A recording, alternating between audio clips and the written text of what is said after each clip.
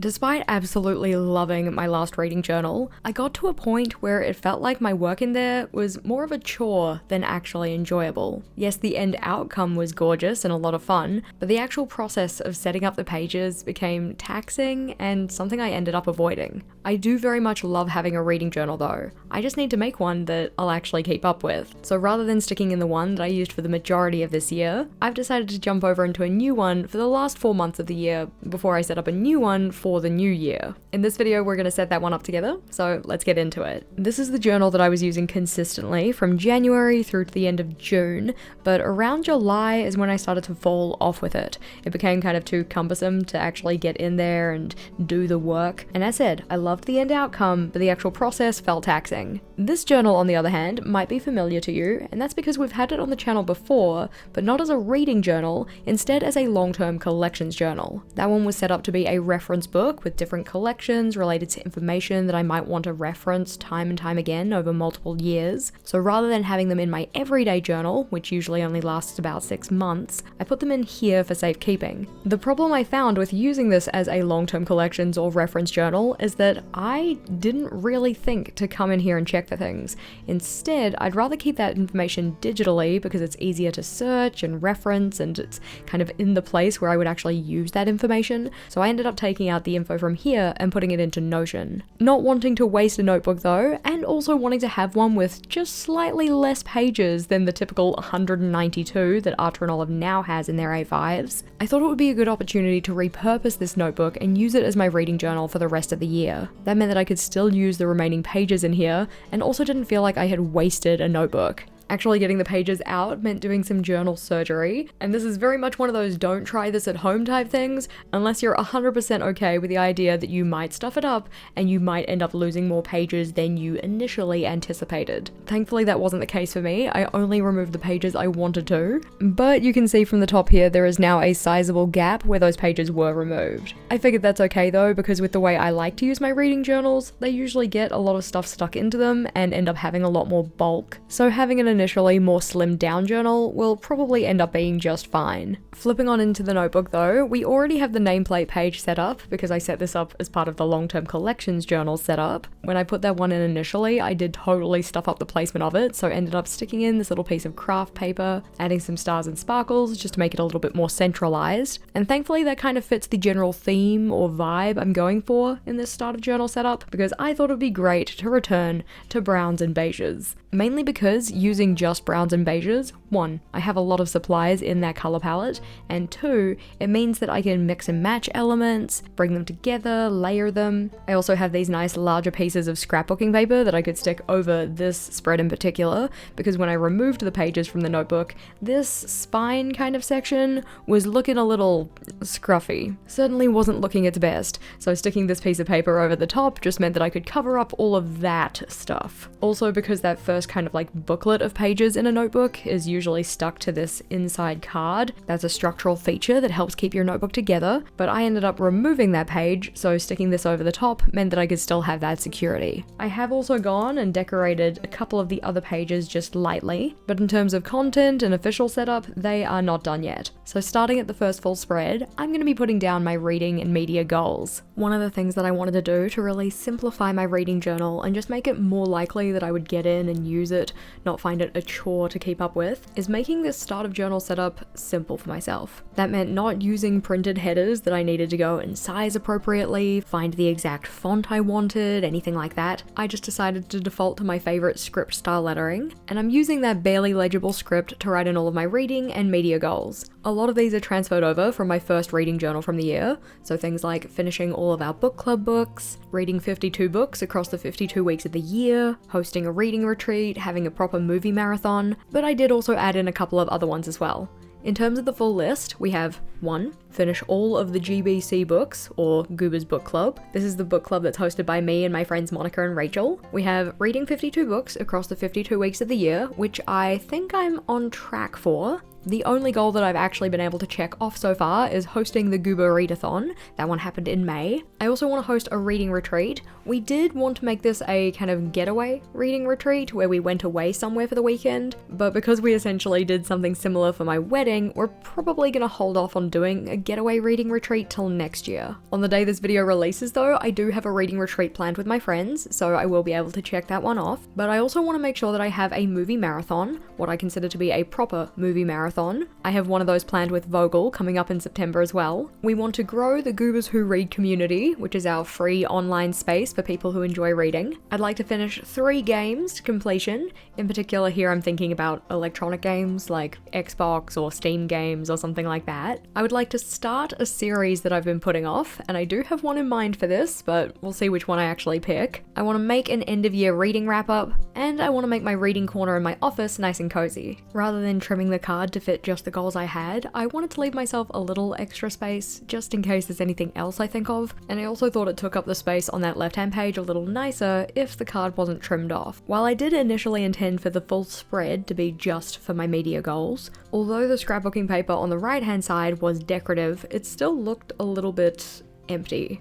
For that reason, I also decided to put in a little reference for my rating system for anything I read or watch. Mine's pretty simple. It's what I consider to be a vibes scale, or effectively the very important book evaluation system. While I did elaborate on what each star rating meant a little bit more in my last reading journal, in this one I just wanted a really simplified version of that. So we have 5-star for anything that is definitely a favorite, 4-star for anything that is really good, 3-star for anything that's like a positive version of very mid, 2-star for anything that's like, maybe not, and then 1-star for what even the expletive. While I did enjoy getting a little bit more analytical and kind of breaking it down in terms of character and plot and world building and all of that kind of thing, I also found that a lot of the time when it comes to my fiction reads in particular, I don't really care. I read because I enjoy it, I want to have fun with it, and if the book does that for me, then I want to be able to give it a high rating, even if the writing was kind of trash and there was grammatical errors and everything was super tropey or anything. I do think that next year I'm probably going to go to a 2 criteria system, but I need to develop that a little bit more for myself before I start implementing it. In terms of making the little spot for the rating scale though, I just went in and used the same paper that I had used for my media goals on the left hand side, but rather than drawing the stars out myself, I made use of my stamps. Stamps is something that I have a lot of interest in, but not a lot of practice with, so I don't think my stamping was necessarily the best, but I essentially just stamped each one with a 5-star outline and then coloured in the number of stars for the rating, working from 5 at the top down to 1 at the bottom. This stamp set and then also any of the other supplies I've used in the setup are linked in the description box, wherever possible. I've collected most of these pieces over a decent long while, so remembering where each individual piece came from can be a little bit tricky, but it's a pretty safe bet that any of the stickers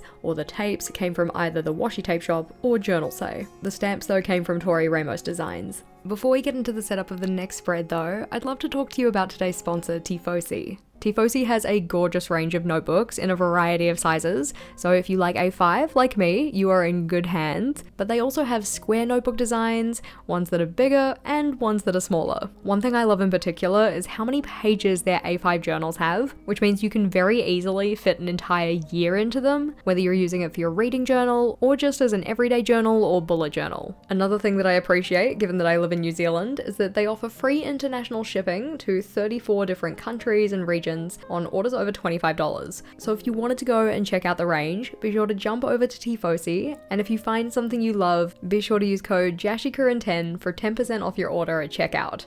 We love savings. Thanks to Tifosi for sponsoring today's video, but flipping over to a spread that has been lightly decorated, this one is going to be my index. In my regular everyday journal, I don't really feel the need to have an index, mainly because everything is in chronological order, like February comes after January, March comes after February, so on and so forth. But in my reading journal, it isn't necessarily so obvious where things will be placed, especially in the kind of start of journal setup where we have different trackers, logs, maybe challenge pages, anything like that. So in my reading journals, I do like to have an index, even though I'm not necessarily the greatest at actually going in and numbering my pages. But in terms of my last index in my last reading journal, I found that because of the journal before it, I hadn't really used that much of the index space. I didn't feel I needed a double page spread. And then I didn't have enough space for things, so this time I am using the full spread for the index. I've already done a second line highlight on each of the pages, and while I was intending on using every single line to fill in the stuff that I wanted to put into the index,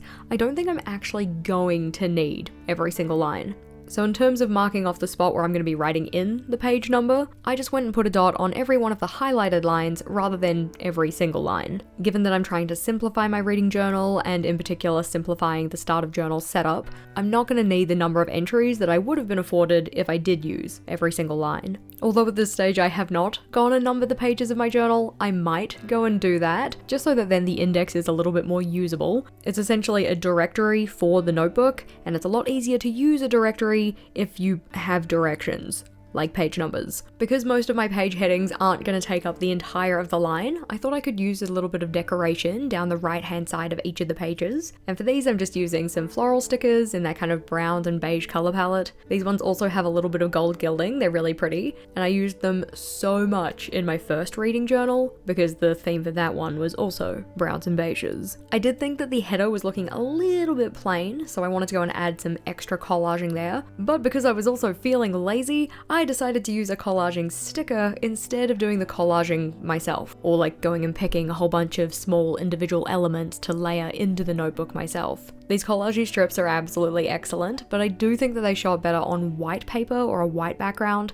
compared to the tan that I'm putting it over here, because I already had that map washi tape running along the top of the page. It does mean that the collaging elements kind of blend a little more than I would have liked them to, but this is just the index, it doesn't get checked in with all that often, so I'm not too sad about it. Because I essentially think of my reading journal as a memory keeping space, one of the things I definitely knew I wanted to have was somewhere to record what media I've been consuming, whether that be books read, movies watched, TV shows watched, or games played, and one of my favourite ways to capture that information is with bookshelf designs. Rather than going in and drawing them out myself though, I opted to use some printables from our little shop. It's just way easier to print these off on sticker paper, cut them out and stick them in than it would be to like perfectly size up each of the shelves and make sure I have the perfect number of books and all of that kind of thing. The ones that I'm going to be using on this spread have 52 per set of shelves, which I figured aligned nicely with my challenge of reading 52 books across the 52 weeks of the year. Of course, the year is in part over, so I am going to go and add in the ones I've read so far, but before I get to adding all of those little labels in, I first wanted to add a little extra decoration to the shelves. The printables themselves are just a white outline so that you can add decoration or color them in however you want to, and one of the things I really like to do is add a wood pattern texture, or a very simplified version of one. This is essentially just done by drawing a bunch of horizontal lines all over the shelf component. I keep it to just the shelves themselves rather than what would be the kind of like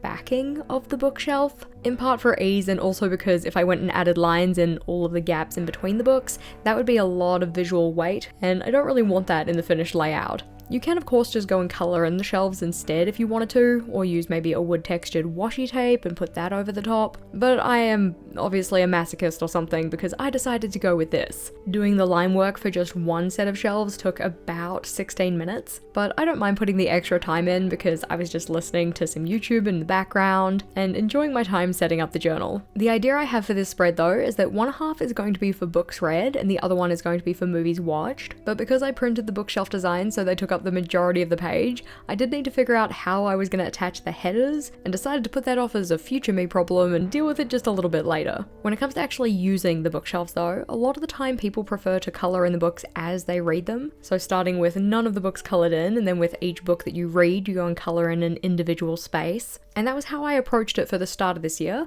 I decided to pick a different colour for each month so I could see across each of the months how much did I read. So for instance, January was blue, so I coloured in the number of books I read in January in that blue colour. Then February was pink, I changed the colour of the pen and coloured in the books with that. I've also seen people do similar things with maybe the type of book, whether that be like the genre or the format, so an audiobook versus an ebook versus a physical book. And I've also seen people use different colours for their star ratings, but in the interest of making mine just simpler to fill in, I decided I was going to use just browns and beiges across the entire thing and I was going to colour them all in at once. I did want there to be a little bit of variation between the coloration of the books, just so there's some visual interest. So I opted to pick 3 different colors of Tombos. Again, those ones are linked in the description box for you. And instead of coloring them in as I read books, I'll just go and write in the name or title of the book as I read them. I know some people also like to use this design for their TBR, or to be read list, so they'll go and use a waterproof pen to write in the names of the books, and then as they read them, they'll color them in. In general though, I just really love using the printable because it makes it a lot easier to get this page set up, and ease is the name of the game here.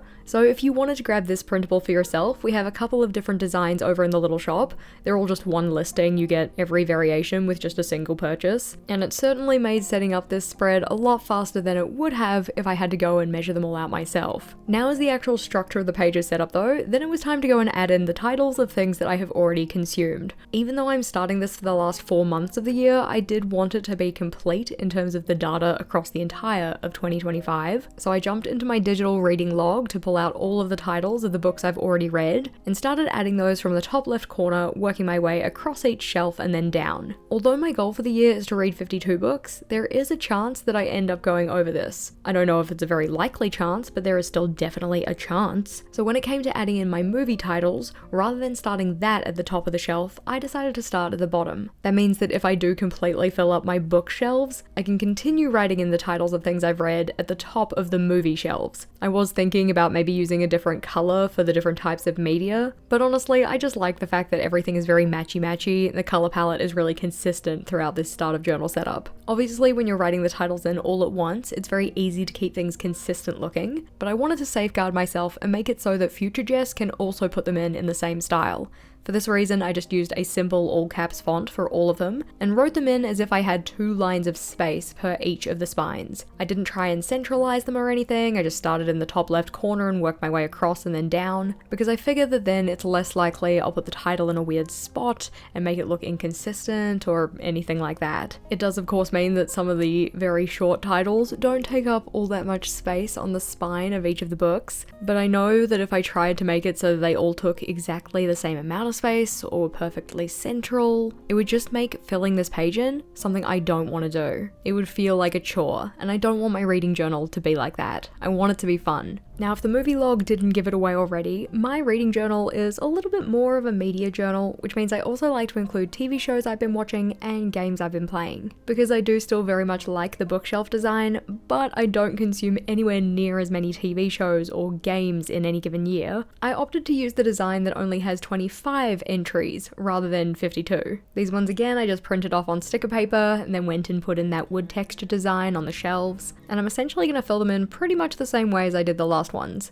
just colouring in all of the books, quote books, they're not actually books if I'm using them here, but the boxes that will hold the titles of the TV shows I've been watching and the games I've been playing, using the same combination of pens that I used on the last spread. I do like the fact that we then get symmetry between the 2 spreads, but I'm not going to get to the end of this journal frustrated because this spread has way less filled in than the last one, because by having less boxes, it puts kind of less pressure on myself to consume specifically these. There is definitely a difference between watching a 3-hour movie and 15 hours worth of a TV show season. I was considering whether I wanted to record the TV shows as seasons, so for instance, The Rookie Season 5, The Rookie Season 6, so on and so forth, but I just decided to record it as the show titles. Just like the last iteration, I treated each box as if it had multiple lines to write on, and just started in the top left of any box, sometimes rotating the journal to get to that top left, and added in the show title from there. I did the same thing with the games as well, but because I don't necessarily foresee me getting to 25 different TV shows watched this year, I just started logging the games from the top left rather than the bottom right, which I did in the movie tracker. I don't think I'm going to have to steal any space from the games played log to record more TV shows. These shelf printables that just have 25 boxes on each of them are also part of that download we talked about before. That one's linked in the description box, but flipping on over, and we're getting into what was one of my favorite layouts from my last reading journal, so I definitely had to have it in this one. This spread is for series tracking, whether that be TV show seasons, like a TV series, or a series in terms of books. The left-hand side is going to be for the TV shows, and you can see I've already got the second line highlights in there, whereas the books are going to go on the right-hand side, but the way that the TV series tracker works is that along the left-hand side on each of the highlighted lines, that's where I'm going to be writing in the title of the TV show. On the right-hand side though, I'm going to be putting in dots to represent how many seasons that TV show has. Those dots dots are going to start on the right hand side and work their way to the left, mainly because it just means I'm less likely to run out of space, just in case I start a TV show that has, I don't know, like 13 or 26 seasons. Not that I foresee that happening, but just to safeguard myself, I want to be building that list from the right so I don't run out of space. If I decided to go from left to right instead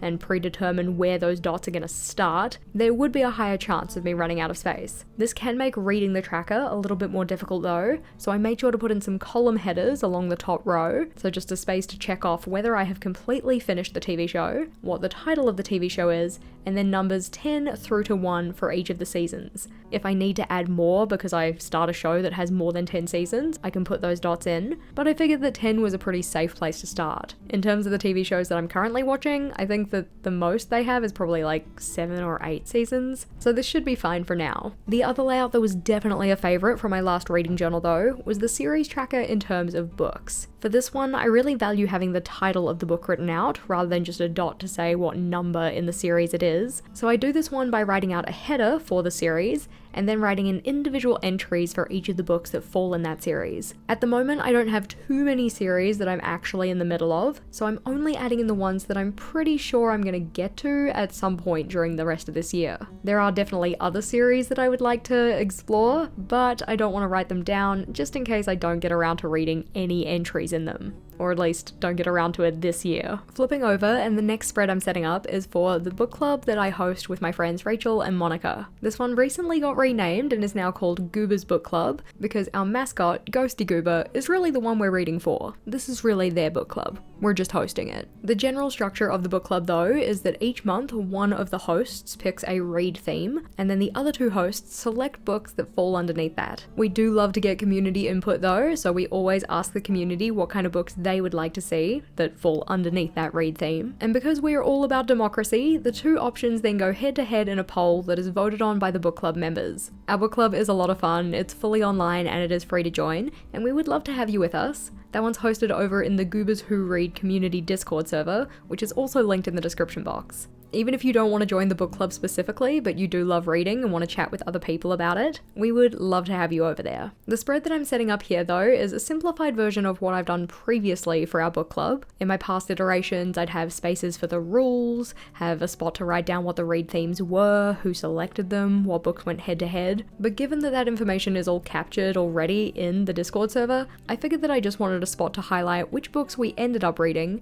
and which ones were the runner-up. Given that there are 2 book options on the poll each month, one of them ends up being the winner and the other one ends up being the runner-up, but rather than just calling it the runner-up, we call those ones the rebel reads, or essentially the book that people will read if they're feeling rebellious and they like the other option more. While we don't actually discuss the rebel reads in the book club meeting, we do have a chat space dedicated to it so people can discuss their thoughts. At the time of this video's release, we're actually voting on the option for October's book, so if you want to jump in, vote on which book you prefer to read, and possibly even join us for the virtual book club meeting, you can either use the link in the description box or scan the QR code on screen to come over to the server. Even if you're not super Discord savvy, it is totally fine. We have heaps of people who join knowing nothing about Discord, and the greatest part about our community is that everybody is like unfailingly helpful. They're very eager to help you out, let you know where to post what, and just point you in the right direction. That one notably has a little bit of extra space to record the 3 remaining books for the year, both for the winners and the rebel reads, but now it's time to flip back and actually make use of the directory in this notebook, and by that I mean it's time to fill in the index. Even though I haven't actually numbered the pages, I know what page numbers these things fall on, at least for now. I might still go back and number the pages, but I wanted to write down what I've added to the journal so far, just so that then, in maybe a month's time, when I'm not too sure what order I put the pages on, I can refer to this index rather than flipping aimlessly throughout all of the pages I've set up. That being said though, given the number of spreads that I set up in this start of journal setup,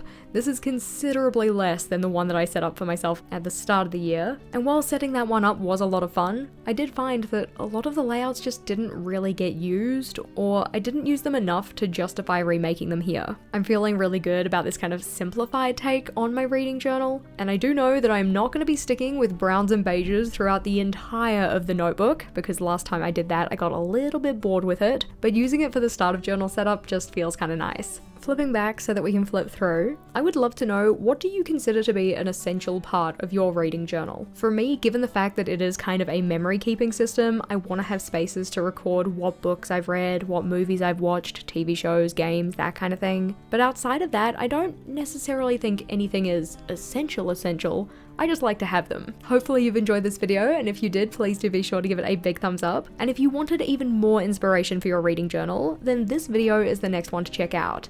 In that one, I have over 100 ideas of things that you could include in your journal. You don't have to include all of them, but it's great to have options. So click or tap on that one, and I'll see you over there.